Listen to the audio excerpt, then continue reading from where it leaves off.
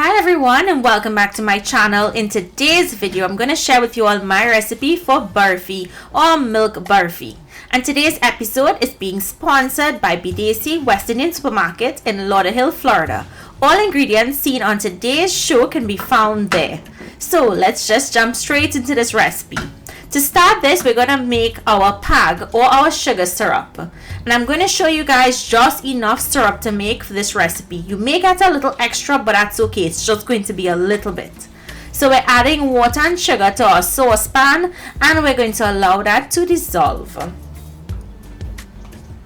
Once the sugar dissolves, allow it to continue to simmer until it starts to thicken. It's going to feel, the viscosity is going to change from a really thin syrup to a more of a thicker syrup, and it's going to feel very sticky when you place it between your fingers.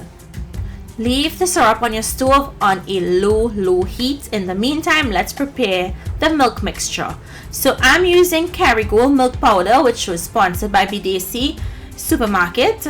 Here you can find all the different type of milk powders to make the Burfi. In goes cardamom or elaichi powder. Next, we're going to add in our ghee. Now, I love to use this ghee. If you guys cannot find this, use whichever ghee you can find, or you can probably substitute with some unsalted butter. Kerrygold would be best also. In goes the Nestle or table cream or media cream and pureed fresh ginger. You don't want to use ginger powder here, guys. Now, this is going to get very sticky. Using your fingertips, you're going to mix it to bring it together. This is just the first step in getting this Burfi ready. So this is stage one. This is what it would look like. Really sticky, but don't be afraid. Continue to mix and crumble it between your fingers, and this is what it should start looking like. It's going to take about 10 minutes between the first stage and the second stage. So keep crumbling it between your fingers, and this is what the third stage will look like. It's starting to dry out, and this is what you want. You're going to continue to do this until it completely dries out, and then this is going to be stage 4. Completely dry. Now you can either put this in your food processor, your blender, or today I'm using my sieve, and we're going to rub it in the sieve until it comes out on the other side nice and smooth and grainy.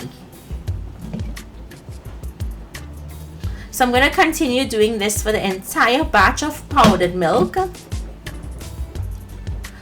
Whatever remains in the strainer, we're going to throw it out because that's just the remnants from the ginger, which I like to get rid of.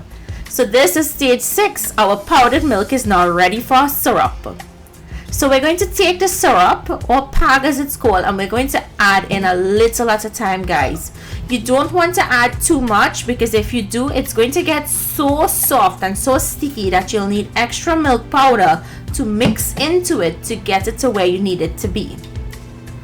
Now I'm going to add it like about a tablespoon at a time. I put in an extra piece of ghee in there, about a teaspoon, and I'm adding some of that hot syrup, and it's going to help soften it, and we're going to continue to mix it. So you're going to continue to mix that syrup into your milk mixture. Now if you wanted to use your hands so you can have a better feel for how wet that milk is, of course you can use your hands. So I'm going in back again here with a little more of the syrup, and I'm going to continue to mix.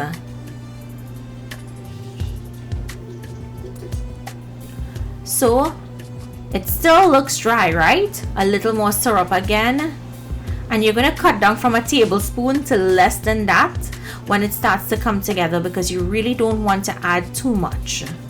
Now once you press with your spoon or your squeeze in your hand and it holds together like this, stop, don't add any more. Now I'm going to lightly grease my tray that I'm going to be placing this in to set, and you guys see how it's in a ball. You're going to lightly grease your hands and you're going to press it out. Press it out in a nice even layer. Now the thinner you press this out, the thinner Burfi you're going to get. So I went for about 1/4 of an inch in thickness. You can make this as thin or as thick as you like. Once you press it out, you're going to take the palm of your hands and start tapping on it. This is going to help to compact it so that it's nice and firm, and when you cut it, it does not mash up. I like to take my dowel and just roll it over the top to make sure that it's nice and smooth. Next is the fun part, to add on the sprinkles or thousands. And you guys can put as much or as little as you like. I usually don't put this much, but you always tell me, Natasha, you don't put enough, so I'm putting extra for you all today. So sometimes if it doesn't stick, place some greaseproof paper or wax paper over it, and then take your dowel or your bilner and just press it in lightly, and it's going to stick to the surface of the milk. Once you've done this, you're going to leave it to set. This took half an hour to set. That's because the milk mixture wasn't too soft. It was the perfect consistency, the perfect texture. Everything there was really perfect. So once it's set, all we have to do is go ahead and cut it up into squares. You guys see how beautiful it's cutting? And I always use my pizza cutter because I get the perfect cuts and the perfect squares, and in this way we don't cut up the tray. I'm very particular about taking care of my items.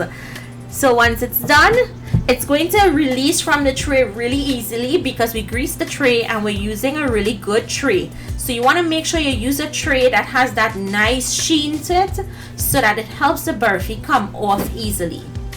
And once it's done, it's now ready to be enjoyed. But if you're using it for prayers or puja, do not eat any until the puja is finished. So I hope you guys enjoyed today's recipe. This is my updated recipe for 2021. Thank you all so much for joining me. Do remember to stay safe. Tag me, let me see all your photos, and I'll see you in my next video. Bye everyone.